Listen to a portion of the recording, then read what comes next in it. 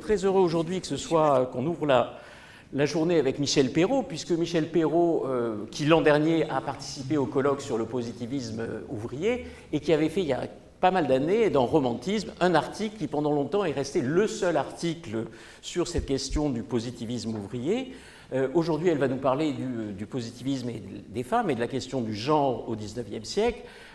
Alors, de ce point de vue-là, il y a évidemment toute une série de travaux récents et plus anciens. Je pense par exemple à l'article ancien d'Annie Petit qui s'appelait « Le féminisme militant d'un Auguste phallocrate », titre très amusant dont elle s'expliquera tout à l'heure. Il y avait aussi, du côté de la philosophie, le très beau livre de la regrettée Sarah Kaufmann qui s'appelait « Aberration, le devenir femme d'Auguste Comte », qui est le premier livre, à mon avis, sur le genre au XIXe siècle. C'est un livre tout à fait passionnant et, quoique n'étais pas entièrement d'accord avec les questions de genre, je trouve que c'est un livre tout à fait passionnant. Donc je ne vais pas garder la parole plus longtemps et je vais laisser parler Michel Perrault. Alors, il est évidemment absolument inutile de la présenter, tout le monde connaît ses travaux sur le monde ouvrier qui ont fait date effectivement et sur l'histoire des femmes qu'elle a fondée en France, en tout cas qu'elle a développée en France pendant bien des années et je suis vraiment très très heureux qu'elle ait accepté d'ouvrir ce colloque. C'est montrer effectivement l'actualité de Comte et de la question du genre dès le XIXe siècle et donc je lui laisse la parole. Merci Monsieur le Président et salut à tous. Ça fait plaisir de revoir tant de visages et de gens qui m'ont dit tout à l'heure qu'il y a longtemps qu'ils n'étaient pas venus ici. Hein. Claude, par exemple. Bien, alors moi je ne vais pas du tout vous parler du positivisme des femmes, parce qu'il y a des gens, en effet, dont on connaît les travaux et qui parleront de tout ça. Moi je voudrais simplement, au fond, tirer le rideau, quoi, ouvrir un petit peu le décor, en esquissant très brièvement hein, au fond le genre du XIXe siècle qui est derrière tout ça, c'est-à-dire comment le XIXe siècle voit-il la différence des sexes. Nous admettrons probablement que nous adhérons à ce que Françoise Héritier a décrit dans Masculin-Féminin, Pensée de la différence, etc. La domination masculine, qui est un système au fond universel et de très très très longue durée. Et ce qui nous intéresse, nous, c'est de voir comment le XIXe siècle, lui, a pensé, organisé cette domination masculine. Et est-ce qu'il y a eu, évidemment, oui, bien sûr, des résistances et des alternatives à ce qui était considéré comme un fondement. Alors, disons d'emblée que le XIXe siècle, Alain Corbin l'a dit magnifiquement dans son Histoire de la virilité, que je vous recommande, tome 2 notamment, triomphe de la virilité. Le XIXe siècle, c'est un siècle où la virilité est vraiment à l'honneur et où par conséquent la féminité est pensée par rapport à cette virilité triomphante et comme seconde, sans doute, importante, soumise, mais enfin, elle ne l'est pas toujours, bien entendu. Alors, 3 points, si vous voulez, les fondements, l'organisation et justement les résistances. Les fondements, on peut les chercher de toutes sortes de côtés. D'abord du côté philosophique. Hein, et je sais que je parle devant des philosophes, donc je serai très timide dans mes affirmations. Je vous renverrai, si ça vous intéresse, au livre fondamental qui, pour moi, est dans mon dos et que je regarde souvent, dirigé par Françoise Collin, Evelyne Pizier et Lénie Varicas, « Les femmes de Platon à Derrida hein, », qui est paru chez Plomb en 2000 et qui est une anthologie commentée des textes philosophiques sur les femmes de Platon à Derrida. C'est une somme tout à fait remarquable. Et ce que l'on regarde quand on feuillette ce livre, quand on regarde ce livre, dans la partie qui peut nous intéresser, c'est effectivement la pensée de la supériorité masculine reprise par la philosophie, et notamment la philosophie allemande. Anglaise aussi, bien sûr, mais la philosophie allemande. Kant, par exemple, qui insiste beaucoup sur les rapports entre les femmes et la maison, et Fichte, qui voit une différence radicale, notamment en matière sexualité, la sexualité de l'homme est active, celle de la femme est passive. Pourtant, dit-il, les femmes sont des êtres humains. Hein, on ne leur contestera pas. Il dit, on ne conteste pas ça du tout. Hein, les femmes sont des êtres humains. Et puis, pour lui, comme pour les autres, l'extrême importance du mariage. Le mariage comme fondement d'une société harmonieuse qui doit fonctionner. Bon, en France, il y a d'abord les pensées conservatrices, bien sûr, de Metz, Xavier de Maistre et de Bonald. Très importantes, parce que après la Révolution française, qui avait quand même introduit des gros changements de ce point, il ne faut pas l'oublier ça, et Auguste Comte peut-être s'y réfère-t-il, je ne sais pas. La Révolution française avait, par exemple, fait héritage égal pour les garçons et pour les filles. Pas rien dans un pays où l'Ancien Régime était régi par les coutumes, des coutumes extrêmement diverses, mais toutes caractérisées par une hiérarchie des sexes considérable, culminante par exemple dans la coutume normande.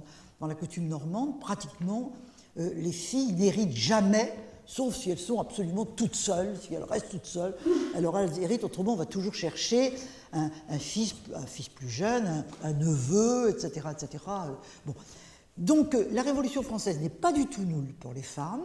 L'héritage, le mariage, comme contrat civil supposant le consentement égal des femmes et le droit au divorce. C'était quand même des choses très très importantes. De Bonald, de Maistre, absolument hostile à tout ça, comme vous pouvez imaginer. Pour eux, la famille est vraiment le fondement de la société et la famille patriarcale est le fondement de la société politique. L'homme dans la famille, le monarque dans la vie politique, ce sont deux choses qui se correspondent à peu près, et une morale, restaurer la morale. Restaurer une morale, et une morale qui soit fondée sur une hiérarchie des sexes qui, ils disent beaucoup, le respect pour la femme, importance de la femme, tout le 19e siècle dit ça d'ailleurs, importance de la femme, mais seconde, mais à sa place, mais subordonnée. Voilà pour eux. Alors, bien entendu, ils ne sont pas seuls. C'est une pensée de droite, mais regardez, je franchis Proudhon.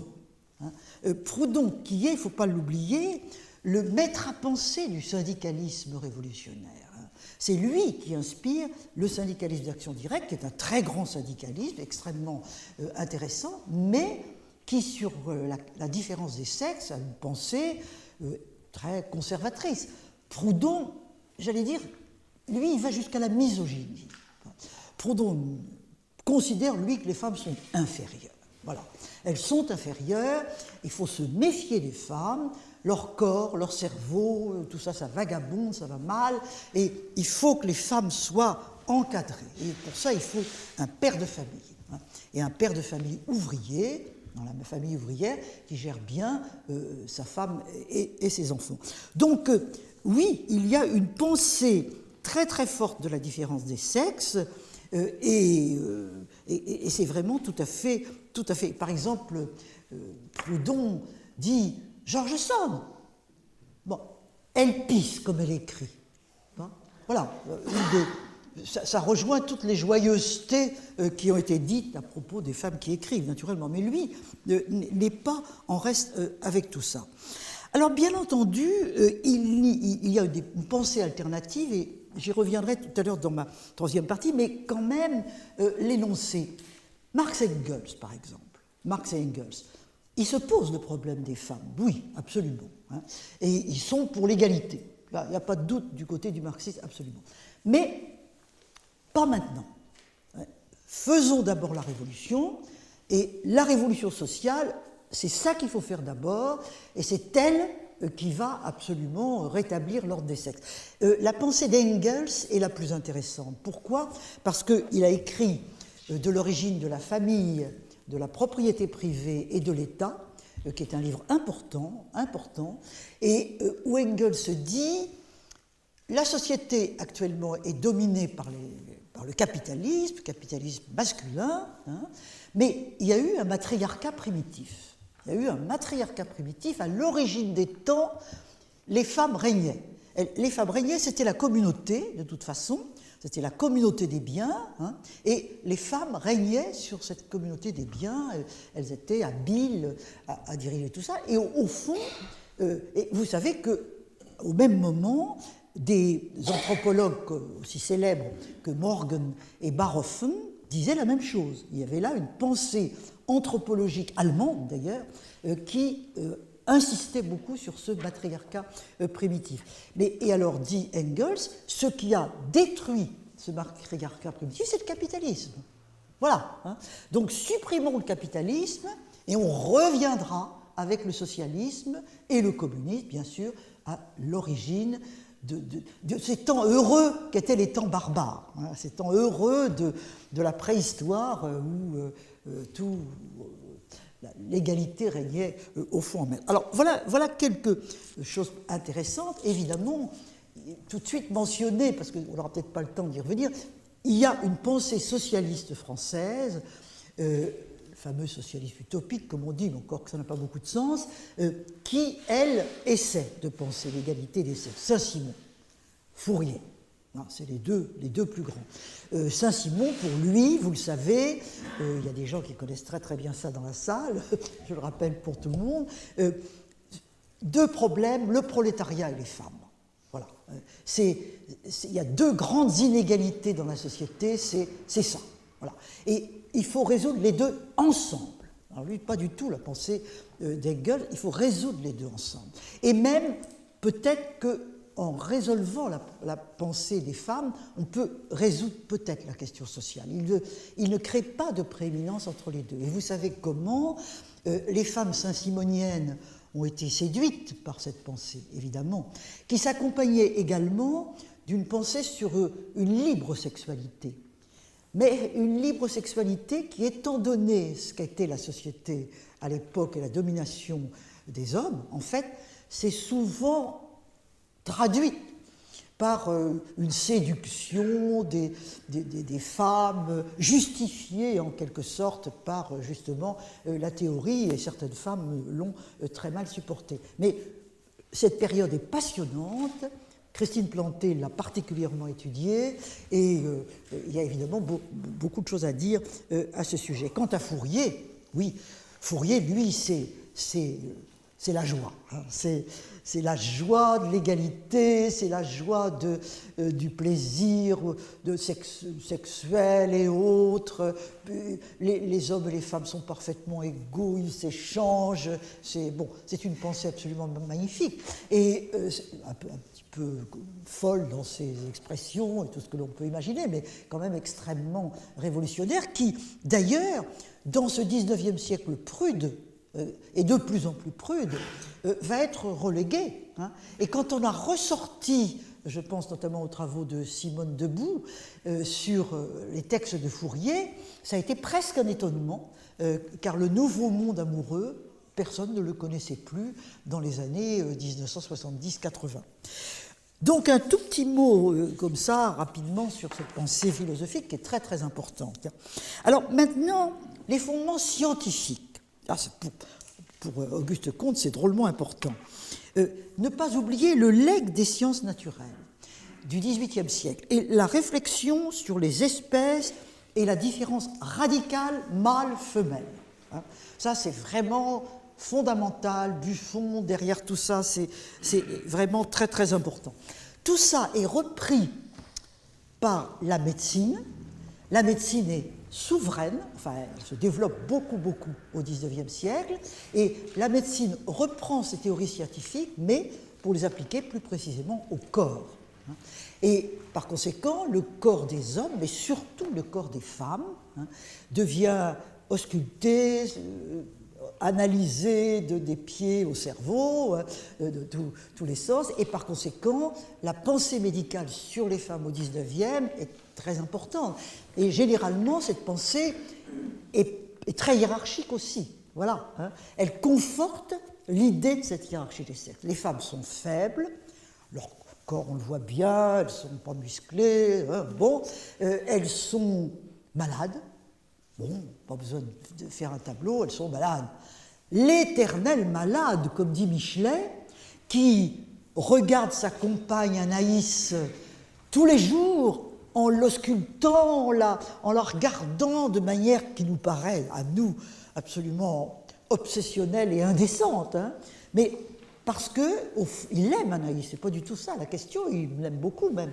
Mais justement, elle est la femme, et comment fonctionne une femme? Ben voilà, on a son objet d'étude à la maison, et en plus on aime son objet d'étude, bon c'est merveilleux, hein, c'est absolument merveilleux. Ce qui est étonnant, c'est qu'Anaïs ait accepté tout ça. Moi j'avoue que je comprends pas.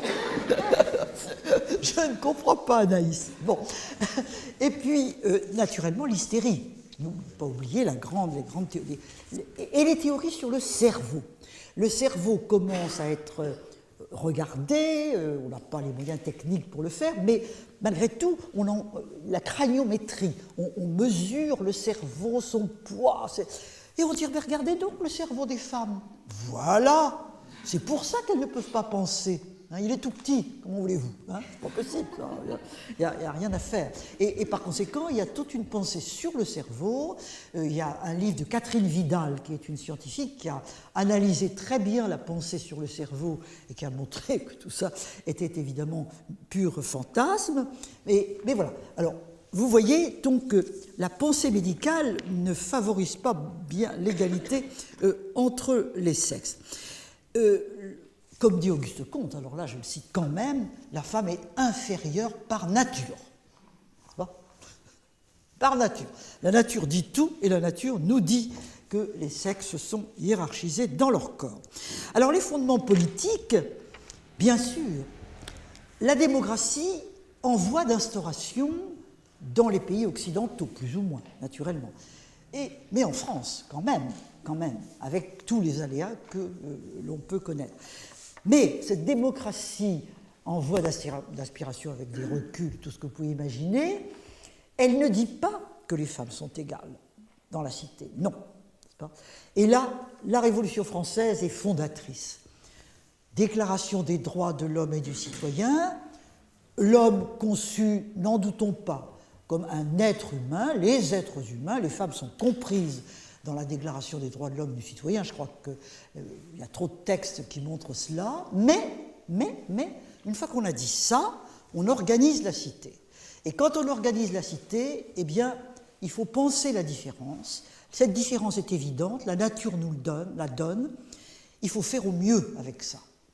Et la grande idée, c'est fondamental, anglaise et française, il y a beaucoup de théories anglaises là-dessus, le public, le privé. Il y a deux sphères. La société est composée de deux sphères, le public et le privé, et ces deux sphères sont des équivalents des sexes. Le public, c'est l'homme, le privé, c'est la femme, entendons-nous bien. Le privé, sous la domination quand même du père et du mari. Mais enfin, le privé, c'est la femme qui va s'en occuper malgré tout. Et si on fait ça, eh bien, alors on aura une société harmonieuse, où les deux sexes seront complémentaires, où ils auront chacun leurs tâches et leur rôle. Celui des femmes est très important, tout à fait d'accord, et c'est pour ça qu'il faut célébrer les femmes, être courtois avec elles, galantes, tout ce qu'on peut imaginer, mais qu'elles restent tout de même dans leur rôle, c'est très très important. Alors cette théorie des sphères, au fond, elle est derrière toute la pensée politique du XIXe, y compris les gens de la Troisième République, absolument. Ils pensent tous cela, et donc on va s'organiser en fonction de cela. Et l'idée que les femmes puissent voter, ça les révulse. Ça les révulse parce que, justement, cette femme faible, avec ses maladies, ce cerveau un peu branquignol, et tout ça, comment est-ce qu'elle pourrait être une citoyenne raisonnable dans le domaine de la politique, la politique étant vraiment la décision. Il y a une très haute idée de la politique au XIXe, surtout de la part des républicains, bien sûr. La politique, c'est la décision, et vraiment, les gens qui vont être à l'exécutif, au législatif et à l'exécutif, qui vont représenter les citoyens, il faut que ce soit des gens bien. Alors, les femmes, quand même, c'est un peu suspect. Donc, vous voyez, la pensée politique ne va pas du tout dans le sens de l'égalité. Bon, maintenant, encore un fondement qu'on oublie souvent, c'est le fondement militaire. Il ne faut pas oublier que la France est un pays militaire. Nous aimons l'armée en France. Nous aimons les généraux. Nous aimons les exploits militaires. Quand même, les guerres de la Révolution, les soldats de l'an 2, ils nous ont sauvés. C'est eux qui ont fait vraiment la nation. Napoléon, on l'aime ou on ne l'aime pas, mais quand même, c'est un héros. Vraiment, c'est le héros. Et par conséquent, oui, la France est un pays militaire, et je dirais qu'elle est peut-être le pays le plus militaire d'Europe. Et quand on pense aux héros, quand on pense aux grands hommes, quand on veut mettre des grands hommes en statue, Jacqueline Lalouette nous dira ça, quand on veut les mettre au Panthéon, on choisit plutôt des généraux et des gens de l'armée. Et l'armée nationale dévouée vraiment à la nation, au fondement de la nation, c'est aussi la vertu, le courage, la générosité, la défense de la patrie, etc. etc. Et par conséquent, les femmes ont... Comment pouvez-vous imaginer que les femmes n'aient pas une révérence profonde pour cet homme qui n'est pas seulement leur chef de famille, mais qui est le chef de famille de la nation et qui défend la nation. Je crois que c'est très important. Et je crois qu'on n'a peut-être pas toujours prêté suffisamment attention à l'image du soldat. En tout cas, Alain Corbin, dans son Histoire de la virilité, le montre très bien. Il montre que l'éducation des garçons, Anne-Marie Sonne avait montré ça aussi très bien, s'appuie sur l'idée du soldat. Voilà, il faut faire des bons soldats ou des hommes qui soient susceptibles d'être des bons soldats. Dernier fondement, que je ne vais que citer, bien entendu, les arts et la représentation. Tout ce qui nous entoure, l'image. Le 19e siècle, grand siècle d'image, où la femme est surreprésentée. Les femmes, on les voit partout. On les voit partout. La peinture, c'est les femmes. Le peintre... de Ingres aux impressionnistes, ce n'est que image des femmes. En sculpture, c'est plus compliqué, puisqu'on ne représente pas de femmes singulières ou très peu. Jacqueline Lalouette l'a montré très bien. Mais allégorique, les fleuves, les villes, dans les gares, etc. Et la Marianne, bien sûr. Et d'une certaine manière, plus on représente les femmes, plus on les célèbre en représentation, en allégorie, moins on est tenté de célébrer la femme singulière. Là, on la met sur les autels. Et la mettant sur les autels, on les met loin. On les met dans un paradis absolument mythique. Bon, il faut que je me dépêche un peu. Alors, le deuxième point sur lequel je vais un peu énoncer les choses, l'organisation de la société. Organisation sexuée de la société. Le 19e siècle, il faut après mettre tout ça en branle, quoi. Eh bien, l'organisation est sexuée. Alors, les points que j'aurais aimé développer, mais que je n'ai pas développés, bien sûr, il y a d'abord la famille.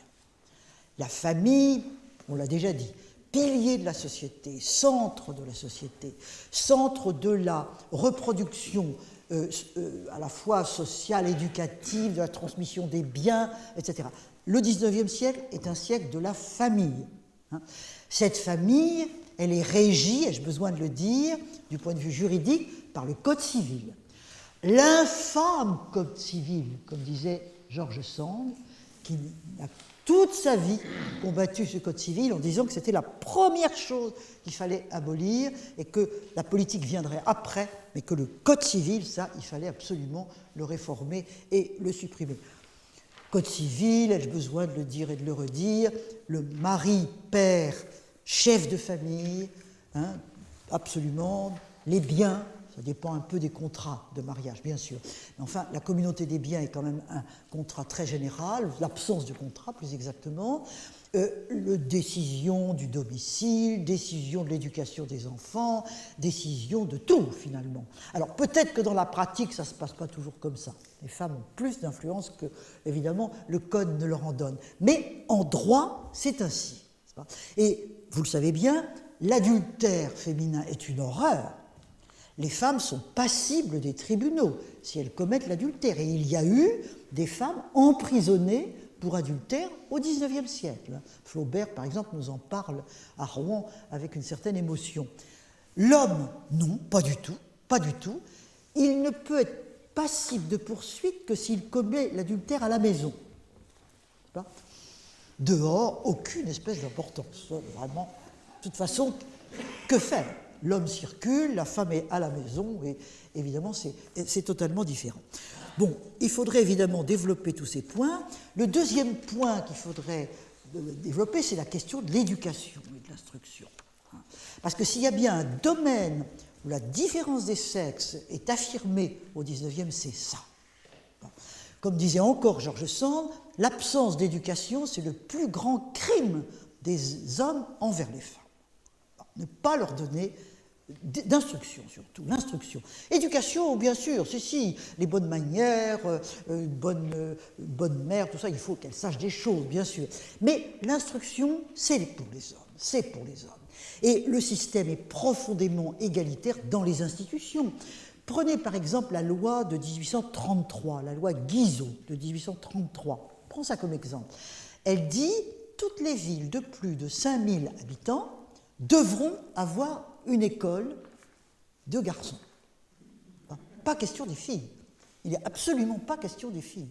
Il faudra attendre Ferry, et c'est révolutionnaire. La loi Ferry, 1881, 82, je ne sais plus, c'est une loi révolutionnaire, décidant que garçons et filles iront à l'école, pas ensemble, séparés, le plus possible, mais passeront tous les deux le certificat d'études jusqu'à 12 ans.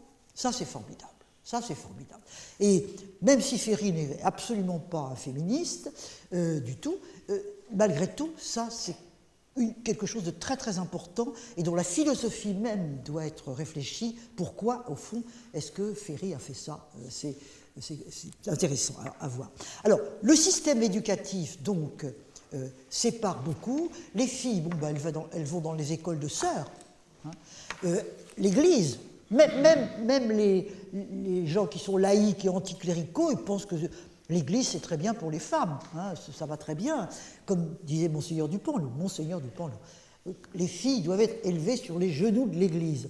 À l'heure actuelle, on se méfierait un petit peu des genoux de l'Église. À voir ce qui se passe aujourd'hui, c'est pas une sécurité, apparemment. Bon, tout ça est à développer beaucoup, mais évidemment, on manque de temps pour le faire. Alors, dernier point, pour ce qui est de l'organisation de la cité, l'espace de la ville. L'espace de la ville est très sexué. Ça ne veut pas dire que les femmes n'y circulent pas, on le voit, elles y vont. Bon. Mais, attention, les hommes et les femmes ne doivent pas être ensemble. Un exemple, le café. Le café, surtout dans les classes bourgeoises, dans les classes populaires, c'est un petit peu différent. Bon. Mais le café est un lieu d'hommes. Et une femme bien ne va pas seule dans un café. Ça, non, c'est pas du tout. Alors, pour les femmes de la bourgeoisie, il y a des salons de thé, de ce genre, des pâtisseries, des trucs comme ça. Mais, et toute l'histoire des cafés, d'ailleurs, c'est Jacqueline vous avez fait votre première thèse sur le café, vous avez montré comment le café devenait de plus en plus masculin. Aussi bien en Bretagne que dans le Nord, avec peut-être des différences entre les deux régions. Donc, voilà un exemple. Donc, la ville, oui, elle est sexuée. Et il y a un moment qui est pour les femmes, où les femmes ne doivent pas être là, c'est la nuit. La ville, la nuit, Simone Delattre a fait un très beau livre là-dessus, les femmes ne doivent pas y être. Et si elles y sont, elles sont seules. Elles sont suspectes de prostitution. Et elles peuvent être arrêtées par la police. Et il y a beaucoup de femmes, j'allais dire très bien, les prostituées aussi, c'est des femmes très bien, mais des femmes dites très bien qui ont été arrêtées par la police, me disent mais non, mais je vais voir mon... Ah ben madame, vous avez un permis pour circuler, vous pouvez circuler. Donc la ville, la nuit, c'est un monde d'hommes. Et c'est un monde où les femmes doivent faire très très attention. Et s'il leur arrive malheur, harcelées ou violées, elles n'ont que ce qu'elles méritent. Alors là, vraiment, elles l'ont cherché. Et par conséquent, il y a vraiment... Alors, bien entendu, dans le concret, dans la pratique des jours, c'est pas tout à fait comme ça. Et on va venir au troisième point que je vais évoquer rapidement, les résistances. Les femmes n'ont jamais fait complètement ce qu'on voulait qu'elles fassent. Bien sûr que non. Elles se sont accommodées. Accommoder, ça veut dire en prendre et en laisser. Ça veut dire trouver des lieux pour soi, des amitiés, voire des amours, savoir exploiter toutes les failles du système et un œil masculin qui n'est pas toujours là, qui est parfois très gentil aussi d'ailleurs, et à ce moment-là, on fait un petit peu, on vit un petit peu comme ça. Et puis, il y avait aussi le fait que dans le quotidien, par exemple, prenez une ménagère populaire, elle va au marché, elle fait les courses, elle livre du pain, elle est donc une présence dans la ville, une présence circulante dans la ville. Ce sont plutôt les femmes de la bourgeoisie qui... les femmes de la bourgeoisie au 19e, franchement, c'était pas enviable. Elle ne pouvait... Une jeune fille ne sort pas seule. Elle est toujours dans la bourgeoisie, elle est toujours accompagnée. Et une femme, elle a ses jours de réception, elle va à d'autres jours, mais naturellement, selon un calendrier qui est connu, qui doit être connu de son mari, bien entendu, etc. etc. Donc, elle n'est pas très libre, elle. Et au fond, tromper son mari, dans la femme de la bourgeoisie, ça se fait. Bien sûr, ça se fait. Mais c'est pas facile.